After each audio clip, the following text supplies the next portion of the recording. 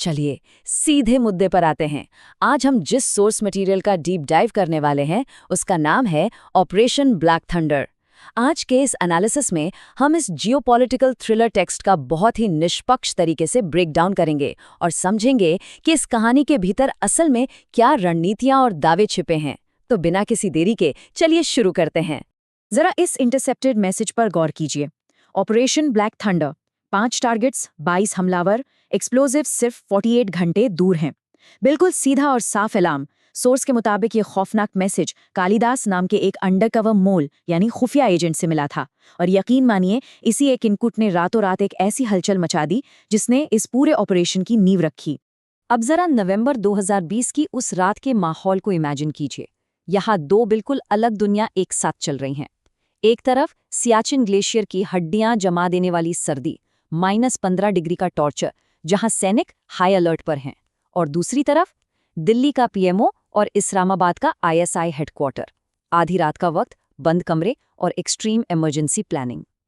ये कॉन्ट्रास्ट अपने आप में बताता है कि असली युद्ध हमेशा सरहदों पर नहीं, कभी-कभी इन बंद कमरों के भीतर लड़े जाते हैं। तो आखिर ये ऑपरेशन ब्लैक थंडर था क्या? सोर्स टेक्स्ट के अनुसार ये ISI chief general Faiz Hamid का एक बहुत ही खतरनाक मास्टर प्लान था। मकसद था भारत के 5 अलग-अलग राज्यों में एक साथ एक ही वक्त पर हमला करना, और इसके लिए उन्होंने अपने स्लीपर सेल्स के पूरे नेटवर्क को फिर से एक्टिवेट कर दिया था। यानी ये कोई छोटी-मोटी आतंकी घटना नहीं थी, बल्कि एक मैसिव स्केल का कोऑर्डिनेटेड अटैक था। इस प्लान का दायरा कितना बड़ा था वो इन टारगेट्स को देखकर ही समझ आ जाता है। दिल्ली का एक्सपोर्ट कॉरिडोर, मुंबई का फाइनेंशियल डिस्ट्रिक्ट, अमृतसर का स्वर्ण मंदिर कॉम्प्लेक्स, जयपुर का टूरिस्ट सर्किट और बैंगलोर का डिफेंस रिसर्च सेंटर। बेसिकली देश की इकोनॉमी, सिक्योरिटी और कल्चर सब कुछ निशाने पर था। सिर्फ इन नामों को सुनकर ही अंदाजा लगाया जा सकता है कि इस योजना के जरिए कितनी बड़ी तबाही मचाने की कोशिश थी। अब वक्त रेत की तरह हाथ से फिसल रहा था। इस टाइमलाइन को देखिए। रात के 2:30 बजे रॉ की हॉटलाइन पर कालिदास का फोन आता है। सुबह 5 बजे तक दिल्ली पीएमओ में एक हाई लेवल इमरजेंसी मीटिंग शुरू हो चुकी होती है, और इस पूरी तबाही को रोकने के लिए, यानी पहले ही हमला कर देने के लिए, सिर्फ 48 घंटे का एक बहुत ही क्रिटिकल मोबिलाइजेशन विंडो बचा था, एक टिक टिक करते हुए टाइम बॉम्ब की तरह। सुबह 5 बजे की उस मीटिंग में देश का पूरा टॉप ब्रास मौजूद था। Prime minister, NSA, raw chief, IB director, home minister और आर्मी चीफ। रॉ चीफ ने वहां बिल्कुल क्लियर कर दिया था कि ये इंटेलिजेंस 100% वेरीफाइड है, क्योंकि सोर्स सीधा आईएसआई के अंदर बैठा है।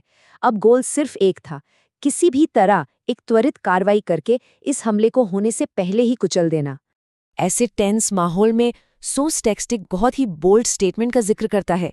एनएसए अजीत डोभाल का सुझाव था, हमें पाकिस्तान के अंदर घुसना होगा, हमें उनके घर में जाकर उनकी नींद उड़ानी होगी। ये कोई डिफेंसिव स्ट्रैटेजी नहीं थी, ये एक गेम चेंजर अप्रोच थी, जहां हमले का इंतजार करने के बजाय सीधा सरहद पार जाकर एक प्रीएम्प्टिव स्ट्राइक करने का फैसला लिया जा रहा था। इस एक फैसले के बाद अगले 36 घंटे किसी फास्ट पेस्ड थ्रिलर से कम नहीं थे। रॉ, आर्मी और पैरा स्पेशल फोर्सेस के बीच कोऑर्डिनेशन बिल्कुल टॉप गियर में था।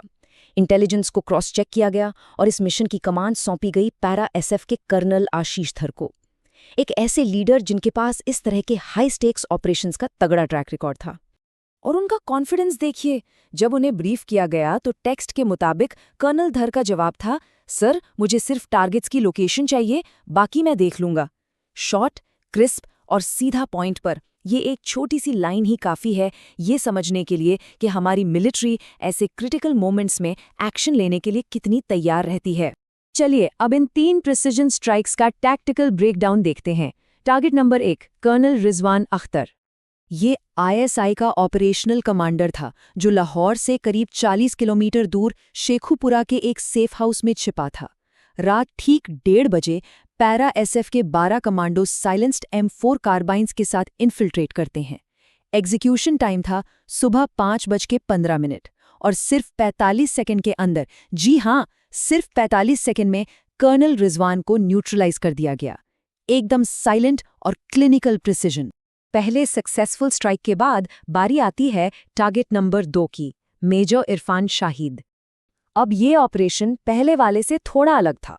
मेजर शाहिद एक ड्रोन स्पेशलिस्ट था, जो रावलपिंडी के एक सुरक्षित ठिकाने पर था। तो इस बार कमांडोज को फिजिकली अंदर जाने की जरूरत नहीं पड़ी। उन्होंने 3 किलोमीटर दूर से इजरायली टेक्नोलॉजी वाले मिनी हार्पी ड्रोन का इस्तेमाल किया। इस ड्रोन ने सीधा उसके ठिकाने पर 2 किलो का एक्सप्लोसिव पेलोड गिरा दिया। और सबसे खास बात, ये इतना सटीक था कि आसपास के इलाके में 0 कोलैटरल डैमेज हुआ। और अब तीसरा और आखिरी हिस्सा, target number 3, the funding network.